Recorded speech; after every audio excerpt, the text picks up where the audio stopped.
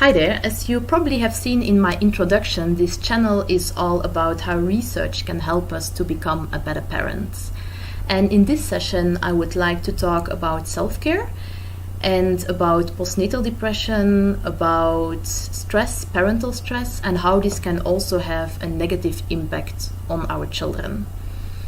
Because, to become a good parent, or to be a good parent, you really first have to take good care of yourself. And out of research, very recent research from Child Trends in 2018, so just last year, it has proven that there is a big correlation between the health of a parent and the health of a child, and that's both physically and mentally. So if you have a good health, your child is more likely also to have a good health, and the other way around. So self-care is so important, and in the introduction, we have talked about the nurturing care framework and how these different components can help your child to develop well. And in fact, those 5 different components are also very important for you, for your own self-care. So you have to make sure, or you have to do your utterly best to have a good health, to have adequate nutrition, to feel safe and secure, to have a lot of learning opportunities, and in fact, you're already learning now by watching this video, and also to be responsive to all of your own needs.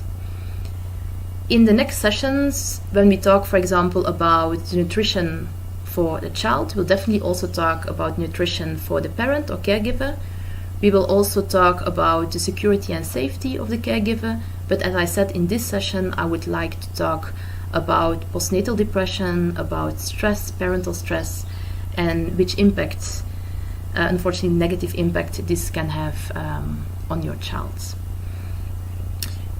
Just before you have your baby, when you're pregnant, people always tell you, and you also expect that your life will be fulfilled. You might think or hope that things go easy and that you will be happy. You also hear, you will be such a good parent and you will have a lovely life. But of course the reality is not always like that, and there are in fact quite a bit of people with postnatal depression. Out of research from Parsons, and I must say all the research that I talk about, if you look into the description of this video, you will find it back and you can look deeper into it. So out of this research of Parsons, it has proven that 7 to 13% of people in high-income countries, of mothers, in high-income countries have a postnatal depression, which is of course quite high. And also fathers can have a postnatal depression, especially when their wife has a postnatal depression. In lower and middle income countries, this prevalence is even much higher, which is of course not very strange because of the harsher environment. For example, much more poverty, much more unemployment, which contributes to a higher postnatal depression. Here in Zimbabwe, 30% of the mothers have a postnatal depression. In this video, I don't only want to talk about postnatal depression. I mean, just in general, parenting also gives a lot of stress. It can drag you down. And also these moments can have, are very harsh for yourself and can also have a negative impact on the development of your child. Because parenting isn't easy. I mean, it's a taboo maybe to say or to talk about, like with friends, if they ask you, and how are you and how is your child, and you always want to talk positively. But in fact, so many people are down at certain moments because there are so many changes in your life. And in fact, there is no real clear cause out of research on what postnatal depression, so what causes postnatal depression, but there are so many changes where you have to deal with. For example, the first one is definitely physical changes. For yourself as a woman, when you give birth, and there is the whole experience of giving birth, which can be very hard. For example, for myself, I had a very difficult birth, which really dragged me down in the first months. When my little one was born, but also generally your hormones, your pregnancy hormones really decrease. So your whole body has to adapt again, also to breastfeeding. Physically, there are also definitely changes because you have such a lack of sleep, and some parents are really not lucky and their child doesn't sleep well up to the age of 3-year-olds. So, your body has to endure so much things which can really drag you down physically, but also emotionally, because everything changes from being very independent and being able to do whatever you want. Now that little one is there and you have to take care for him or her. And yeah, it's a full-time job. It's a 24-hour job. But also socially, you can't just go out whenever you want and meet up with people, and sometimes you also don't have the connection anymore with people who don't have children that much. So many changes, and that comes on top of any factors, stress factors in normal life. I mean, for example, like I said, here in lower and middle income countries, but also in higher income countries, you can lose your job. You can also lose a beloved one. I mean, life goes on and all those stress factors stay there. And there you are with your child. You want to be happy. You really want to love your child. You want to be a good parent, but you don't feel it. You feel stressed. You feel depressed. It can be really, really hard. And what do you do then? The very, very first thing that you have to do is to seek help, to talk about it with family, to talk about it with friends. Especially, as you know now, it is not strange. So many people, and even everyone, feels down at certain moments when being a parent. So if you talk about it, especially with people who are also parents, they will definitely understand what you're going through. So please talk about it, and if possible, of course, with a professional, if you have the finances for it, or if your country avails of finances for it, please talk also with a professional. And don't only seek help in the sense of, for your emotions and to talk about it, but also to take care of your children. Because if they can just take over for a little bit, you can take better care for yourself, and then you can again take better care of your child. So don't feel guilty. Don't think, but I have to be the mother or the father. I have to be there. No, because if you have that extra time for yourself, you will be such a better parent just after that, because you gained again that energy that you didn't find. So please seek help, but also look for positive coping strategies. And positive coping strategies are so different for each and every person. For example, myself, I did quite a bit of meditation, breathing exercises. It would really make me feel grounded. But for other people, that really doesn't help and would even more stress them out. So for other people, it could be going for a walk. It could be reading a book. It could be taking a nice bath. Whatever makes you relaxed. It doesn't have to be according to the books. Whatever makes you relaxed, that is what is good for you. But please try not to have negative coping strategies. And one of them could be just lying in front of the television for the whole day and even longer.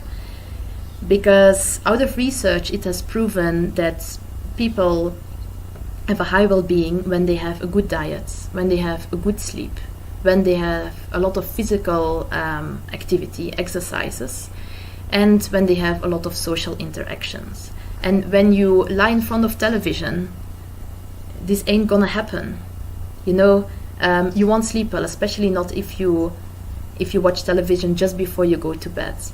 If you eat in front of television, you won't feel full. So that also is not going to help your diet. Your physical exercise won't be there, only if you put those aerobic exercises on. But generally, but you won't have any exercise. And of course, it's also not a very social activity either. So try not to watch too much television. Really think about what makes you relaxed, and also what made you relaxed before you had this depression, before you had this stress, so that you can know, okay, this is what I'm gonna do. Lastly, also look into your own expectations. People really have unrealistic expectations, and your life after being a parent can't be the same as before being a parent.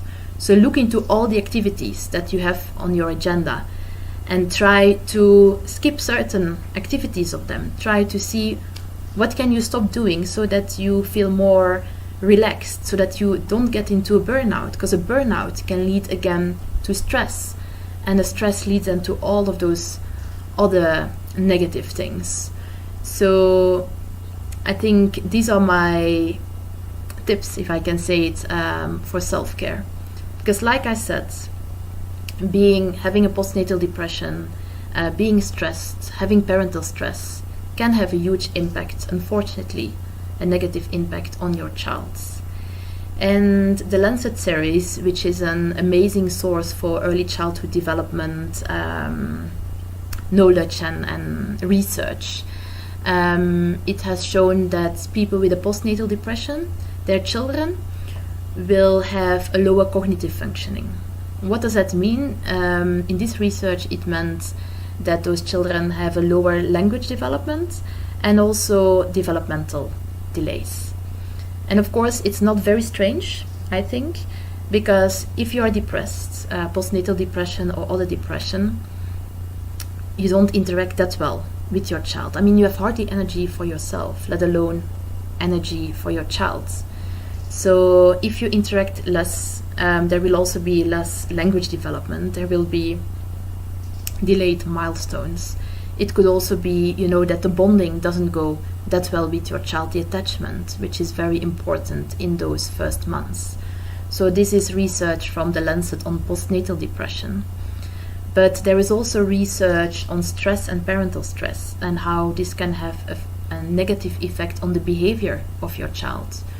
So children of parents with stress also have more behavior problems. And again, there, it's not a strange thing, of course. If you feel stressed, you are not that patient with your children. You might be yelling at your children. You might use other negative forms of discipline, like smacking your child. All very negative things to do, but when you are stressed, it's quite hard to keep yourself under control, and then you use more negative discipline. Now we will have a separate session on negative discipline and positive discipline and how you can change your parental behavior there. So as you see out of research, it's quite clear that your stress, your depression can have a negative impact on your child. But of course you don't want that. No parent wants their child to be the victim of their own stress and depression. So the question is then, what can you do? Now, what you definitely can do and have to do, and even if it's forcing yourself, is interacting with your child, positive interacting with your child. What does that mean? It can be very simple. For small little babies, when they are making any sounds, you make the same sound back, right? When they smile, you smile to them. When you sing songs, you try to interact with your child as much as possible. When your child is already a bit older, maybe a toddler, and starts talking, when the child says something, you say something back, you ask an extra question, you make sure that there is really this interaction. And out of recent research from the Harvard University, it has proven that it's not the quantity about what you say to your child, but the quality that counts. And this comes, in fact, back again to that interaction. Because if you have interaction, that's quality. If you're just talking, that's quantity. And then I want maybe to say again the self-care. Imagine if you go out for a walk, and after 20 minutes of walk, you come back and you feel relaxed, and you can have a positive quality interaction with your child. It will make a huge difference. Instead of you staying at home, trying to take care of your child, feeling stressed, feeling depressed, and not having that positive interaction. So please again, make sure that you do that self-care. Because what we also do when we are stressed and depressed, unfortunately, is putting our children quite often in front of television and seeing that as an easy babysitter. And also for the child, it has exactly the same effect as on us. We take time away for a good sleep, for a good diet, we take time away from exercise, we take time away from social interaction. So we'll definitely have a separate session on the use of television and the negative impact on your child. And maybe you think now it's all very easy to tell me I have to interact positively with my child, but it's not easy if you're stressed and depressed. And yes, that's true. So that's why the first thing I want to tell you is take good care of yourself, right? All those tips that I've given. And secondly, it might be easier if you do this kind of interactive activities while, for example, reading a book with your child, whilst, for example, playing with your child. So do this kind of activities, and we also have a separate session about on how to communicate well with your child, on positive reading strategies, and on which kind of play activities you can do with your child. So please look further if you're interested in that.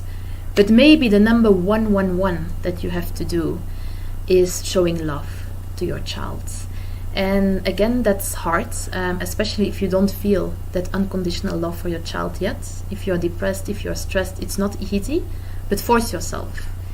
Even if it feels fake, make sure that you show that love. Hug your child, smile to your child. Really tell your child, really, I love you. It's so important. So if you feel stressed, if you feel depressed, please know you're not alone. You're really not alone. Please make sure you take good care of yourself. Seek help. Make sure others can also take care of your child. Try to look for positive coping strategies. Lower your expectations. You are not and will never be the perfect parent. Parenting is really learning. Right?